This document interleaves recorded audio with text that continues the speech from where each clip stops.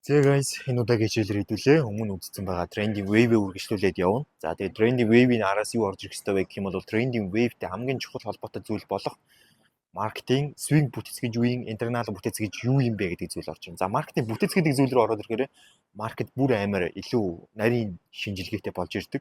Тэгэхээр маркетинг бүтэц гэж ерөнхийдөө бол би богинохоо тайлбарласан өмнө маркетинг бүтэц гэдэг бол fractal structure буюу нэг юм дахин давтах бүтцээр явдаг, нэг паттерныг дахин давтах бүтцээр явдаг. Тэр бүтцийг бүтээдэг, тэр дахин давтагддаг зүйлийг бүтээдэг зүйл нь юу вэ гэх юм бол swing internal structure байна. За swing structure гэж юу юм? Internal structure гэж юу юм бэ? За тэгэхээр swing structure гэж юу юм бэ гэдгээс эхлэе. Swing structure гэдгийг хүмүүс тайлбарлахдаа дүүжин үн гэж тайлбарладаг. Дүүжин үн гэдэг маань юу гэсэн үг вэ? Нэг цэгээс нөгөө цэг хүртэл маш хол замыг туулсан маш том хэмжээний трендинг wave-үүдийг хэлж байгаа. Том хэмжээний трендинг wave-үүд л байгаа бол тэд нар чи swing structure гэсэн үг вэ гэсэн ерөнхий тодорхойлтыг бас хэлсэн байдаг. Зарим тохиолдолд бол ерөнхийдөө swing structure гэдэг бол ерөнхийдөө маш олон орой болон ёроолгыг дотроо нэгтгэсэн team structure гэж swing structure гэж хэлнэ гэж нэгтгэсэн байдаг. За ер нь бол аль аль нь зөвчөөж болно. Тэгээ нэг амар буруутгах юм байхгүй. Гэхдээ энийг илүү ойлгомжтой байлгахын тулд ойлгомжтой байлгахыг гэх юм бол юу гэж тайлбарлаж болох вэ гэхээр swing structure буюу энэ том хэмжээний бүтэц гэж ойлгож болно. Swing structure том хэмжээний бүтэц. Том хэмжээний бүтэц гэдгээр би юу гэж хэлэх гээд байна гэхээр энэ бол тренд байхгүй зүгээр тренд. Таны харж байгаа цагаас чинь шалтгаална. Таны харж байгаа цаг дээр чинь цаг болгон дээр swing structure гэж байгаа. Цаг болгон дээр байгаа тэр swing structure-ыг яаж тодорхойлох вэ? Трендээр л тодорхойлно. Тэгээ тренд. Тэгвэл тэр тренд өөрөө swing бүтцээр бүтдэг. Бас дотроо интерналыг агуулдаг байхгүй. Ямар ч тренд swing бүтцтэй байгаа, бас internal бүтцтэй байгаа. Тэгвэл swing бүтцийг нь яаж тодорхойлдог юм бэ? За тэгэхээр swing бүтцийг яаж тодорхойлдог вэ гэх юм бол жинхэнэ орой ёроол гэдэг зүйлээр тодорхойлдог. За тэгэхээр нөгөө нэг одоо дахиад нөгөөдг жинхэнэ орой ёроолч орж ирж штэ. Дахиад би ярьж ирсэн. Орой ёроол гэдэг зүйлийг зөв тодорхойлох, оройн канал, ёроолын канал яагаад чухал юм, маш чухал шүү гэж би ярьж ирсэн. Тэр чинь ахаал орж ирж байна. Swing бүтэц гэдэг зүйлийг тодорхойлохдоо бид нар жинхэнэ орой болон жинхэнэ ёроолуудыг холбож гарч ирж байгаа трендийг яг нь бид нар swing бүтэц гэж тодорхойлдог. За тэр жинхэнэ орой болон жинхэнэ ёроолуудыг хоорондоо холбоод гарч ирж байгаа аптренд бол бас даун тренд бол swing бүтэц гэсэн үг. За тэгэхээр тэр swing бүтцийг үүсгэж байгаа дотор нь байгаа жижигхэн тэр нэг нугалмууд байгаад байгаа. За одоо нөгөө нэг хуурамч орой ёроол гэж ярьдаг шүү дээ. Яг нэг стандарт бус, яг нэг стандарт пик, стандарт руу каналгүй, яг нэг жинхэнэ орой биш, жинхэнэ ёроол биш, дутуу тийм орой ёроолууд энэ тухай ярив. За тийм орой ёроолууд нь ямар байх вэ гэхээр эхний дөрмөр бол 5 канал багтаагаагүй байх хэвээр өөртөө. Хоёрдугаарт нь бол мэдээж пик канал, true каналгүй байх хэвээр. Гуравдугаарт нь бол мэдээж одоо юу гэдгийг пик канал, true каналтай байсан ч гэсэн тэр каналынхаа хоёр талд нь 2 каналгүй байх хэвээр. Тийм байх юм бол тэр маань fake high low буюу жинхэнэ орой ёроол биш гэж үздэг. Тэгээд тэр жинхэнэ орой ёроол биш орой ёроолыг дотроо багтаагаад багтаас нь тэр жинхэнэ орой ёроол чинь өөрөө swing бүтэц. Харин тэрний дотор багтаад байгаа тэр жинхэнэ биш хуурамч орой ёроолууд гэж яриад байгаа стандарт бус орой ёроолууд чинь өөрсдөө яг нь internal бүтэц нь аахгүй. Internal бүтэц буюу жижиг бүтэц. За swing бүтэц гэдгээ том бүтэц гэж авч үзээд internal бүтэц гэдгээ жижиг бүтэц гэдээ аваад үзчих болно гэсэн. Окей.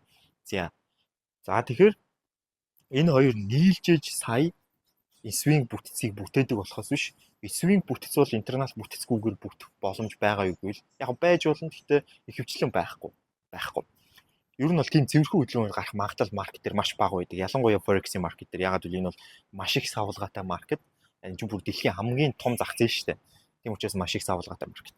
Тэгэхээр тэр internal бүтцүүд бүтэж явж байгаа swing бүтцийг бүтээдэг учраас ихэнх хүмүүс энэ дээр айгүй их толгой яригдаг. Internal бүтэц бүтэж явж байхад жинхэнэ орой ёроол гэдэг зүйлээ мэдгүй он internal бүтцийг swing бүтэц гэж тодорхойлж явж байгаад swing бүтэц бүтэх үедээ үүсгэж байгаа internal бүтцийн эвдэрлийг нь swing бүтцийн эргэлтгээ тодорхойлждаг. Swing бүтэц эвдэрчлээ гэж тодорхойлждаг. Төсөөлөл тоо internal бүтцүүд үүсэл яваад байгаа. Яг жинхэнэ одоо юу гэдгийг стандарт high low үүсэхгүйгээр internal бүтцүүд fake high low-оор бүтээл яваал байгаа. Тэгжээс нэ swing бүтцийг бүтээх гээд амар том хөдөлгөөн орж ирнэ. Тэр том хөдөлгөөн swing бүтцийг бүтээх гээд одоо импульс хөдөлгөөн явж байгаа Treacent хөдөлгөөн ороод ирж байгаа гэсэн үг шүү дээ. Тэр Treacent-ийн хөдөлгөөн дээр internal бүтэц өөрөө эвдэрчин. Internal бүтцийн хөдөлгөөн нь эвдэрэх буюу breakout хийгдэж байна. Интернал бүтцийн support and breakout хийгдчихэж байгаа. Тэр үе дээр интернал бүтц эсвийн бүтцээ ялгахгүй байгаа хүн эсвийн бүтц эвдэрчлээ гэж бодно. Эсвийн бүтц эвдэрчлээ гэж бодоод аптрендийн хөдөлгөөн даун тренд болчлоо гэж үзээд сэлтэн. Тэгэнгүүт яг үнэндээ цаагаараа юу болж байгаа вэ гэх юм бол эсвийн бүтц явж байгаа. Эсвийн бүтцийн трейсментийн хөдөлгөөн өрөөд ирсэн. Тэгээд тэр хүний сэл нь баг зэрэг явж ирснээр буцаж эргээд бүүм юу болох вэ? Дараагийн импульс явна. Эсвийн бүтцийн дараагийн импульс явна гэсэн. Тэгэхээр яг энэ зураглалын дагуу хүмүүс маш их алддаг. Эсвийн бүтц ба интернал бүтцийг хооронд нь ялгаж чадахгүй хүмүүс, жинхэнэ орой ба хуурамч оройгоо хооронд нь ялгаж чадахгүй хүмүүс интернал бүтцийн эвдэрлийг эсвийн бүтцийн эвдрэлтэй андуурч сэлдээд дараагийн тэр яг нь эсвийн бүтцийн импульсын хөдөлгөөн дэр нь эсэлээ цохиулаад яваад байдаг. Тэгэхээр яаж вэ?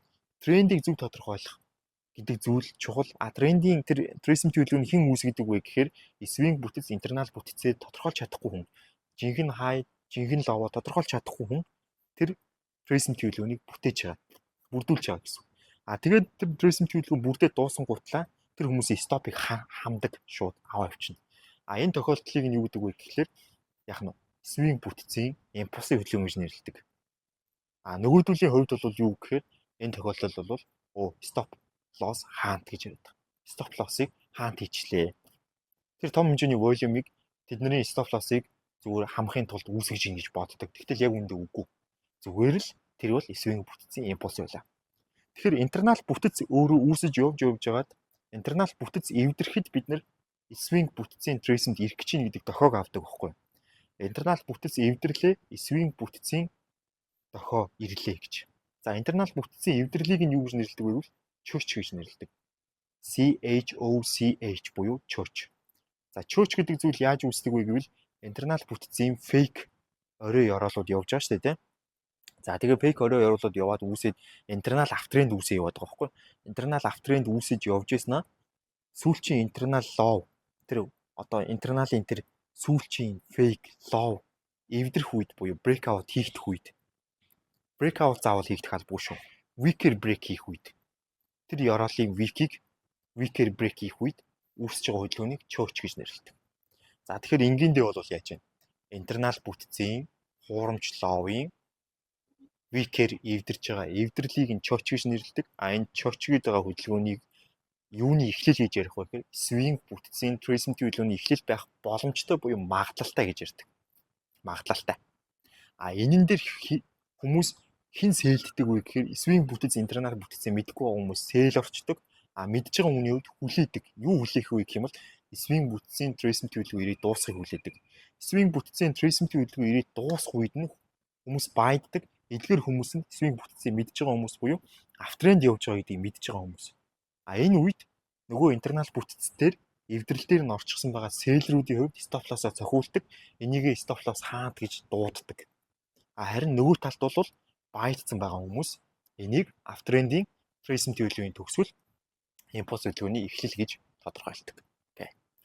Ингэж явдаг. Тэгэхээр ерөнхийдөө бол яг уу swing болон интернал бүтцүүд нь хоорондоо ингэж холбогддог гэж ойлгож болно. Тэгэнгүүт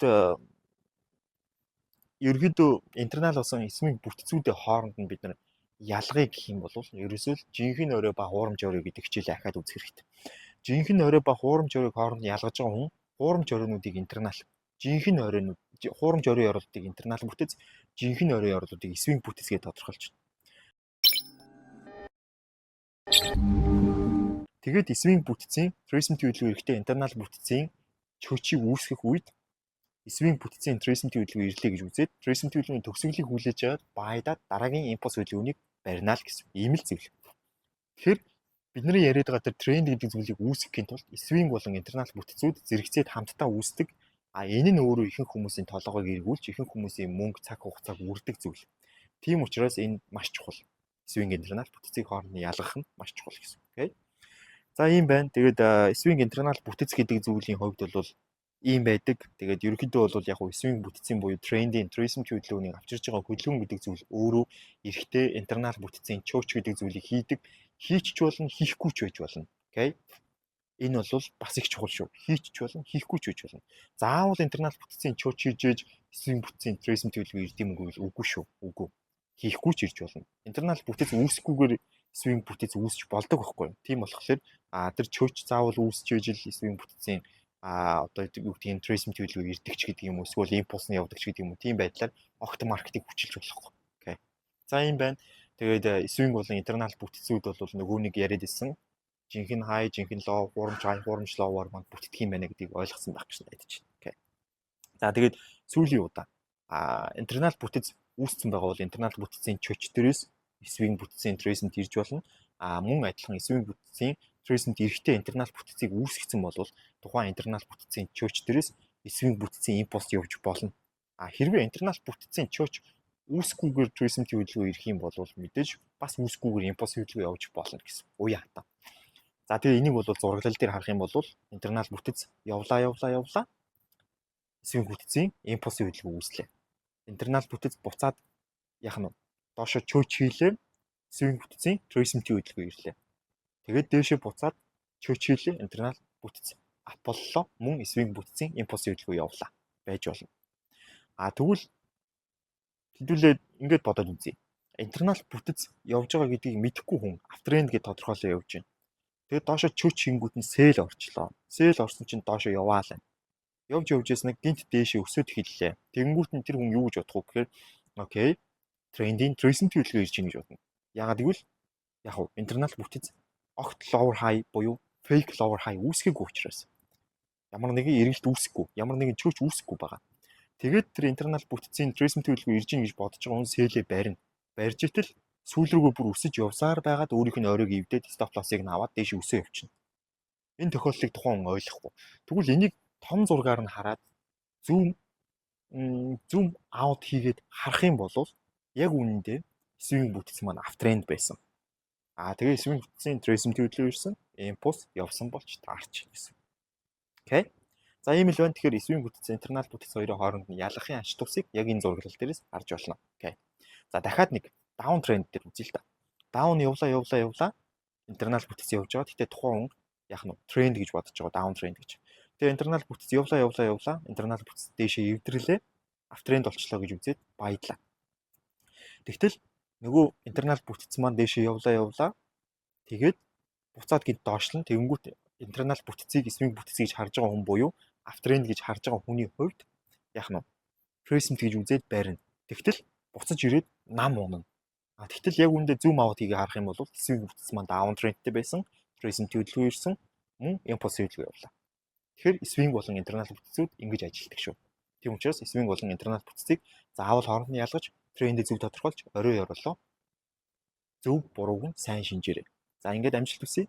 Баярлалаа. Баяртай ажиглал бэксэлээ. Бас мөн дахиж хэлэхэд энэ хичээл маш чухал шүү. Мөн энэс цаашаа илүү гүнсэд явах болно. Энэ бол дөнгөж танилцуулга.